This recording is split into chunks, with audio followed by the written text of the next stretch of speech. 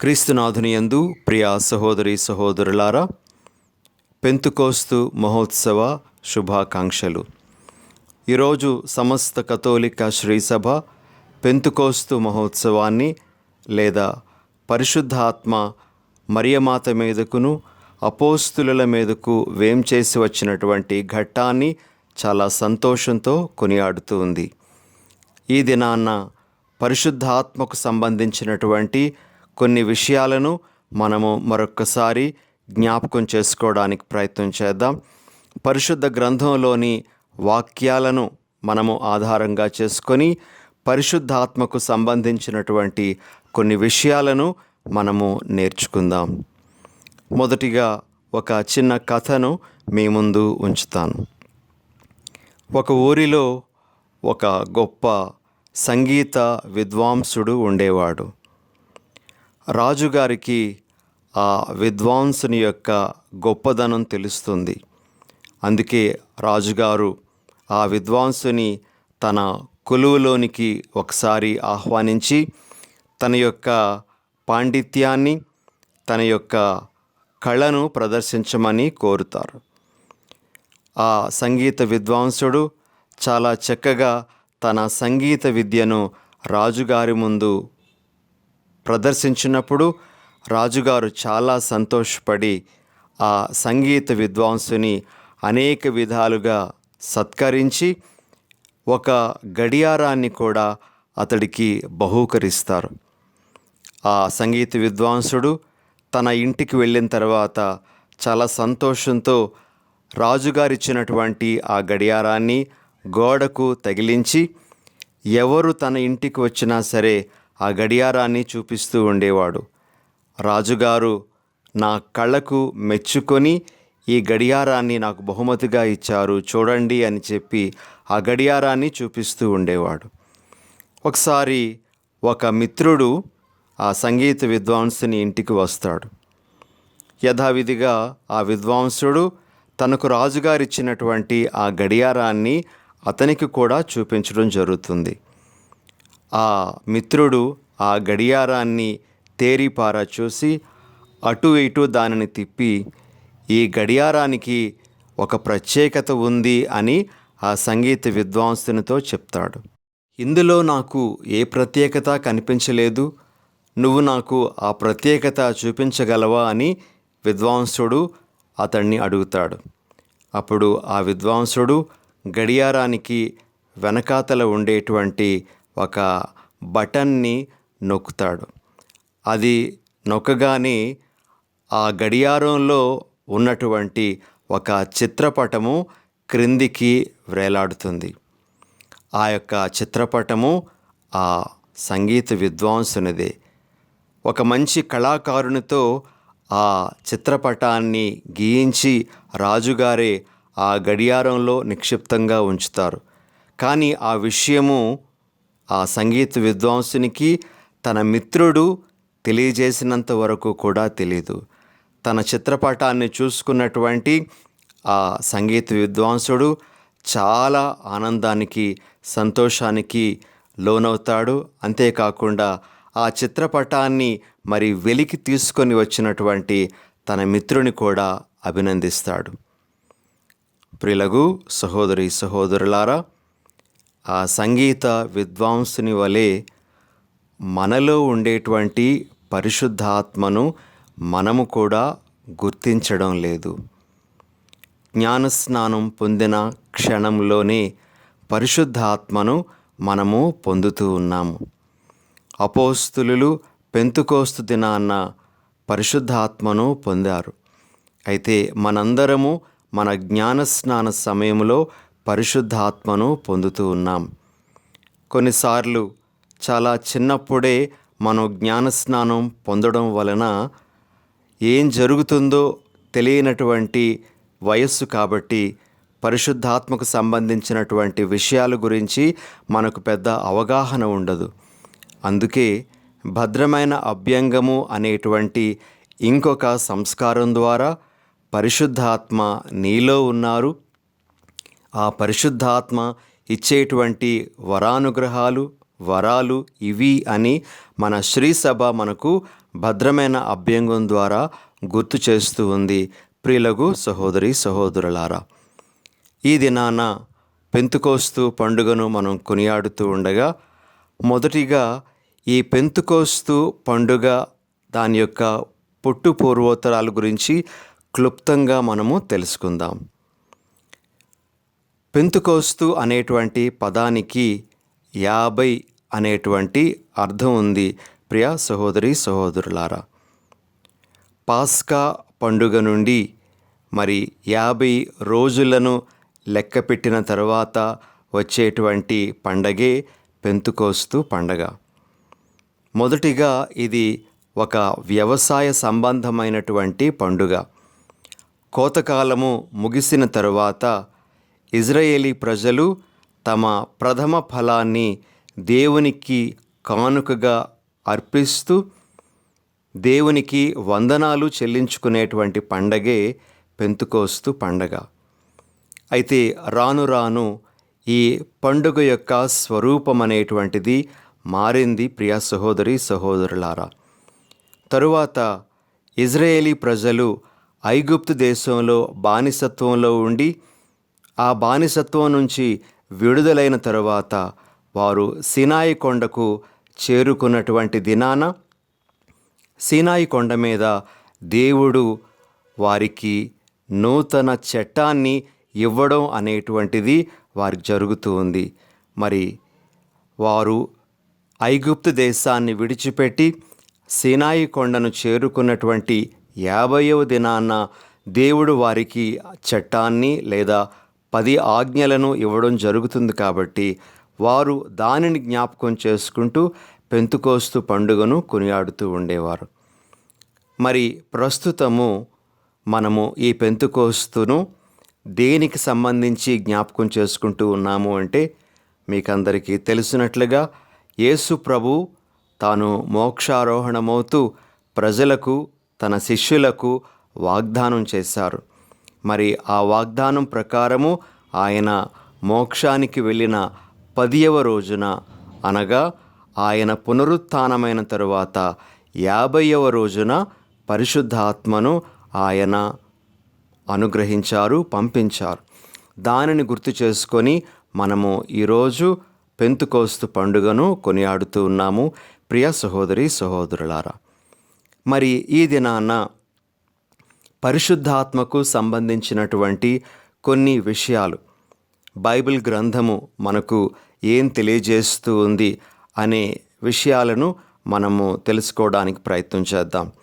ముఖ్యంగా నూతన నిబంధనలో ఉండేటువంటి కొన్ని వాక్యాలను ఆధారంగా చేసుకొని పరిశుద్ధాత్మ గురించి మరికొన్ని విషయాలు మనము మన మనసుల్లో నిలుపుకోవడానికి ప్రయత్నం చేద్దాం. ఈరోజు పరిశుద్ధాత్మకు సంబంధించి 10 వాక్యాలను మీ ముందు ఉంచుతూ 10 విషయాలు పరిశుద్ధాత్మకు సంబంధించి మనము నేర్చుకుందాం లేదా జ్ఞాపకం చేసుకుందాం. మొట్టమొదటిది ఏమిటి అంటే, పరిశుద్ధాత్మ యేసు ప్రభుని యొక్క వాగ్దాన ఫలము. యోహాను శుభవార్త 14వ అధ్యాయము 16వ వచనంలో ప్రభు ఈ విధంగా అంటారు, నేను తండ్రిని ప్రార్థింతును, మీతో ఎల్లప్పుడూ ఉండుటకు మరొక ఆదరణకర్తను ఆయన మీకు అనుగ్రహించును అని. అదేవిధంగా యోహాను శుభవార్త 16వ అధ్యాయము 7వ వచనంలో కూడా మనము ఈ విధంగా యేసు ప్రభు మాటలను చదవగలము, నేను వెళ్ళినచో ఆయనను మీ యొద్దకు పంపెదను అని. ఈ మాటల ఆధారంగా మనము గుర్తు చేసుకోవలసిన విషయం ఏమిటి అంటే, పరిశుద్ధాత్మ యేసు ప్రభు యొక్క వాగ్దాన ఫలము. యేసు ప్రభు వాగ్దానం చేసినట్లుగా ఆయన పరిశుద్ధాత్మను అనుగ్రహించారు. కాబట్టి యేసు ప్రభుని వాగ్దానము అని అనవచ్చు, లేదా యేసు ప్రభుని యొక్క గొప్ప దీవెన అని మనము అనవచ్చు. కాబట్టి పరిశుద్ధాత్మ యేసు ప్రభుని వాగ్దానంగా మొదట మనము గుర్తించాలి. ఇక రెండవ విషయం పరిశుద్ధాత్మకు సంబంధించి ఏమిటి అంటే, పరిశుద్ధాత్మ యేసు ప్రభు తెలియజేసిన విషయాలను మనకు జ్ఞాపకం చేస్తారు. యోహాను శుభవార్త 14వ అధ్యాయము 26వ వచనంలో ఈ విధంగా ప్రభు మాటలను మనము ఆలకిస్తాం. నా నామమున తండ్రి పంపనున్న ఓదార్చువాడు అనగా పవిత్రాత్మ మీకు సమస్త విషయములను బోధించి నేను చెప్పినవన్నీ మీకు తలపునకు తెచ్చును. అదేవిధంగా యోహాను శుభవార్త 16వ అధ్యాయము 13వ వచనంలో మనము ఈ విధంగా చదువుతాం. ఆయన సత్యస్వరూపియొగ ఆత్మ వచ్చినప్పుడు మిమ్ములను సంపూర్ణ సత్యమునకు నడిపించును. ఆయన తనంతట తాను ఏమీయూ బోధింపక తాను వినిన దానినే బోధించును. జరగబో విషయములను మీకు తెలియజేయును. కాబట్టి ప్రియ సహోదరి సహోదరులారా, పరిశుద్ధాత్మ యేసు ప్రభు యొక్క మాటలను మనకు జ్ఞాపకం చేస్తారు. పరిశుద్ధాత్మ యేసు ప్రభు యొక్క మాటలలోని మర్మాలను, మాటలలో ఉండేటువంటి రహస్యాలను మనకు వెల్లడి చేస్తారు. పరిశుద్ధాత్మ ప్రేరణ వలననే యేసు ప్రభు మాటలలో ఉండేటువంటి అంతరార్థాన్ని ఒక వ్యక్తి గ్రహించగలడు అనేటువంటిది ఇక్కడ మనము తెలుసుకోవలసిన విషయం. ఇక మూడవది, మనము పరిశుద్ధాత్మ కొరకు అధికముగా వేడుకోవాలి, ప్రార్థించాలి. లూకా శుభవార్త 11వ అధ్యాయము 13వ వచనంలో 2వ భాగంలో ఈ విధంగా మనము చదువుతాం. పరలోకమందున్న మీ తండ్రి తనను అడుగువానికి ఇంక ఎంతగా పవిత్రాత్మను ఇచ్చునో ఊహింపుడు. మనము అడగాలి అని ప్రభు అంటున్నారు. అడగాల్సింది పరిశుద్ధాత్మ కొరకు, పరిశుద్ధాత్మ శక్తి కొరకు అని యేసు ప్రభు మనకు తెలియజేస్తూ ఉన్నారు. పరిశుద్ధాత్మ శక్తి కొరకు మనం వేడుకున్నప్పుడు ఆ శక్తి మనము ఊహించలేనంతగా మనకు అనుగ్రహించబడుతూ ఉంది అని ప్రభు మనకు తెలియజేస్తూ ఉన్నారు. ఇక 4వ విషయం, పరిశుద్ధాత్మ మన యొక్క హృదిలో వసించేటువంటి వారు. పౌలు గారు కొరింథీయులకు వ్రాసినటువంటి మొదటి లేఖ 3వ అధ్యాయము 16వ వచనంలో మనము ఈ విధంగా చదువుతాం. మీరు దేవుని ఆలయమని, దేవుని ఆత్మకు నివాసమని మీకు తెలియదా అని పౌలు గారు ప్రశ్నిస్తారు. అవే మాటలను మరలా మనము కొరింథీయులకు వ్రాసిన మొదటి లేఖ 6వ అధ్యాయము 19వ వచనంలో కూడా మనము చదవగలము. ప్రియ సహోదరి సహోదరులారా, దావీదు మహారాజు పశ్చాత్తాపంతో వ్రాసినటువంటి కీర్తన 51వ కీర్తన 11వ వచనంలో ఈ విధంగా అంటాడు, నీ పరిశుద్ధ ఆత్మను నాలో నుండి తీసివేయకము అని. కాబట్టి ప్రియ దేవుని బిడ్డలారా, పరిశుద్ధాత్మ మన యొక్క హృదయాలలో ఎల్లప్పుడూ నివసించేటువంటి వారు, నివసించడానికి ఇష్టపడేటువంటి వారు అని మనము గ్రహించాలి. ఇక 5వ విషయము, పరిశుద్ధాత్మ ద్వారా మనము యేసునందు విశ్వాసాన్ని వ్యక్తము చేయగలము. పౌలు గారు కొరింథీయులకు రాసినటువంటి మొదటి లేఖ 12వ అధ్యాయము 3వ వచనంలో 2వ భాగము ఈ విధంగా మనకు తెలియజేస్తూ ఉంది. పవిత్రాత్మచే తప్ప ఏ వ్యక్తియు యేసే ప్రభువు అని అంగీకరింపజాలడు. యేసు ప్రభువునందు మనము విశ్వాసాన్ని కలిగి ఉండాలి అంటే, యేసు ప్రభువునందు విశ్వాసాన్ని మనము ప్రకటించాలి అంటే అది పరిశుద్ధాత్మ ద్వారానే సాధ్యపడేటువంటి విషయము అని ఈ వాక్యము మనకు తెలియజేస్తుంది. కాబట్టి మనలో పనిచేసేటువంటి పరిశుద్ధాత్మ ద్వారానే మనము యేసు ప్రభువునందు విశ్వాసాన్ని ప్రకటించగలము అనే విషయాన్ని ఇక్కడ మనము నేర్చుకోవాలి. ఇక పరిశుద్ధాత్మ మనలను సాక్షులుగా నిలబెడుతూ ఉన్నారు అనే విషయం మనము అపోస్తుల కార్యములు 1వ అధ్యాయము 8వ వచనంలో చదవగలము. పవిత్రాత్మ మీ పైకి వచ్చినప్పుడు మీరు శక్తిని పొందుదురు. కనుక మీరు యెరూషలేములోను, యూదయ, సమరయ సీమలయందు అంతటను భూదిగంతముల వరకు నాకు సాక్షులుగా ఉండెదరు. ప్రియ దేవుని బిడ్డలారా, ఈ వాక్యాన్ని బట్టి మనము యేసుకు సాక్షులుగా నిలబడాలి అంటే అది మనలో పనిచేసేటువంటి పరిశుద్ధాత్మ ద్వారానే సాధ్యపడుతూ ఉందని యేసు ప్రభు మాటలలోనే మనము గ్రహించగలము. కాబట్టి మనము సాక్షులుగా ఉండాలి అంటే దానికి పరిశుద్ధాత్మ మనకు తోడ్పడతారు. పరిశుద్ధాత్మే మనలో పనిచేసి మనలను సాక్షులుగా నిలబడతారు అనే విషయాన్ని మనము గ్రహించాలి. ఇక పరిశుద్ధాత్మ మనకు ఎన్నెన్నో వరాలను అనుగ్రహిస్తూ ఆ వరాలన్నీ కూడా ఇతరుల మేలు కొరకు మనం వినియోగించాలి అని తెలియజేస్తూ ఉన్నారు. పౌలు గారు కొరింథీయులకు రాసిన మొదటి లేఖ 12వ అధ్యాయము 7వ వచనంలో ఈ విధంగా మనం చదువుతాం. అందరి మేలు కొరకై ఒక్కొక్కనికి ఆత్మ ప్రత్యక్షత అనుగ్రహింపబడుచున్నది అని. అందరి మేలు కొరకు ఒక్కొక్కరికి ఇవ్వబడినటువంటి ఆత్మవరాలు వినియోగించుకోవాలి అని మనకు పౌలు గారు బోధిస్తూ ఉన్నారు. అదేవిధంగా 12వ అధ్యాయం 11వ వచనంలో మనము ఇంకొక వాక్యాన్ని చదవగలము. వీనిని అన్నింటినీ చేయు ఆత్మ ఒక్కడే, తన ఇష్టమును అనుసరించి ఒక్కొక్కనికి ఒక్కొక్క వరమును ఆయన వసగుచున్నాడు. అనేకమైనటువంటి పరిశుద్ధాత్మ వరాలు ఉన్నాయి. ఆ వరాలన్నీ కూడా మనము పరిశుద్ధాత్మ ఇష్టానుసారంగా పొందుతూ ఉన్నాం. మన ఇష్టానుసారంగా మన బలవంతము మీద ఏ వరాన్ని మనం పొందలేము, కానీ పరిశుద్ధాత్మ తన ఇష్టానుసారంగా ఒక్కొక్కరికి ఒక్కొక్క వరాన్ని అనుగ్రహిస్తారు అని, ఆ వరాలన్నీ కూడా ఇతరుల మేలు కొరకు మనము వినియోగించాలి అని ఈరోజు ప్రభు మనకు తెలియజేస్తూ ఉన్నారు. ఇక 8వ విషయం, పరిశుద్ధాత్మ మనకు వివేచన వరాన్ని దయచేస్తారు. ఏది మంచో ఆయన మనకు వ్యక్తం చేస్తారు. అపోస్తుల కార్యములు 15వ అధ్యాయము 28వ వచనంలో మనము ఈ విధంగా చదువుతాం.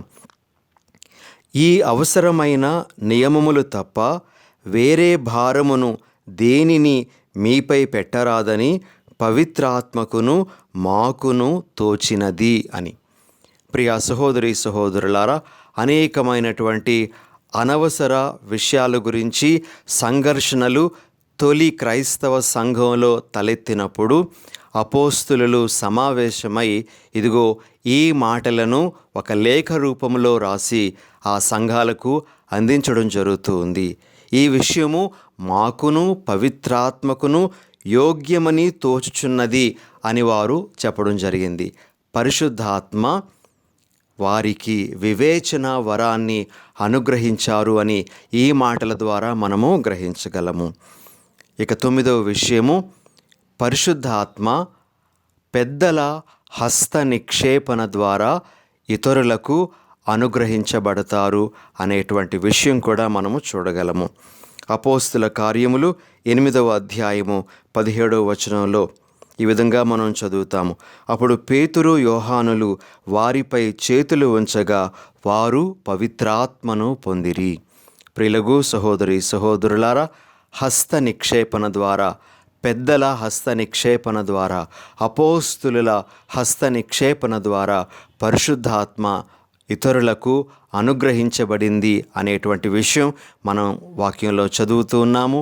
ఈ సాంప్రదాయాన్ని అనుసరించే గురు పట్టాభిషేకంలో మేత్రానులు, ఇతర గురువులు హస్త నిక్షేపణ సాంగ్యంలో పాల్గొంటారు. ప్రియ దేవుని బిడ్డలారా, ఇక ఆఖరుగా 10వ విషయంగా, దేవుని పవిత్రాత్మను విచారమున ముంచరాదు అనే వాక్యము మనము పౌలు గారు ఎఫెసీయులకు వ్రాసినటువంటి లేఖ 4వ అధ్యాయము 30వ వచనంలో మనము చదువుతాం.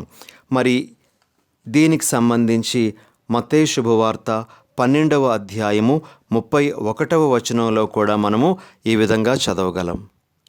అందువలన మానవులు చేయు సర్వ పాపములు దేవదూషణములు క్షమింపబడును గాని ఎవడేని పవిత్రాత్మను దూషించిన ఎడల వానికి క్షమాభిక్ష లభింపదు. ఎవడేని మనుష్య కుమారునకు వ్యతిరేకముగా మాట్లాడినా క్షమింపబడును గాని పవిత్రాత్మకు ప్రతికూలముగా పలికిన వానికి ఈ జీవితమందైనను రాబో జీవితమందైనను మన్నింపు లేదని మీతో నిశ్చయంగా చెప్పుచున్నాను అని యేసుప్రభు అంటూ ఉన్నారు. మనము పరిశుద్ధాత్మకు వ్యతిరేకముగా మాట్లాడకూడదు. పరిశుద్ధాత్మను మనము విచారములో ముంచకూడదు అని ఈరోజు మనకు ప్రభు తెలియజేస్తూ ఉన్నారు. ప్రియ సహోదరి సహోదరులారా, మరి పరిశుద్ధాత్మను మనము విచారములో ముంచడము అంటే దేని ద్వారా ఆ పరిశుద్ధాత్మకు మనము దుఃఖాన్ని బాధను కలిగిస్తామంటే, ప్రియ సహోదరి సహోదరులారా, మనలో ఉన్న పవిత్రాత్మను మనము గుర్తించనప్పుడు మనము ఆ పవిత్రాత్మను విచారములో ముంచుతూ ఉన్నాము అని గ్రహించాలి. అదేవిధంగా మనలో పవిత్రాత్మ ఉన్నప్పటికీ, ఆ విషయాన్ని మనము గ్రహించినప్పటికీ ఆ పవిత్రాత్మను మనము నిర్లక్ష్యము చేస్తే అప్పుడు కూడా మనము పవిత్రాత్మను విచారమున ముంచుతూ ఉన్నాము అని గ్రహించాలి.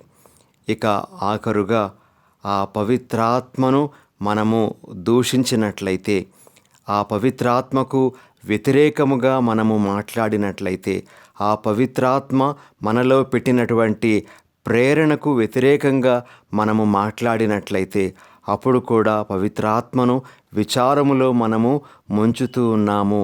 అదేవిధంగా ఆ పవిత్రాత్మకు వ్యతిరేకంగా పాపము కట్టుకుంటూ ఉన్నామనే విషయాన్ని గ్రహించాలి.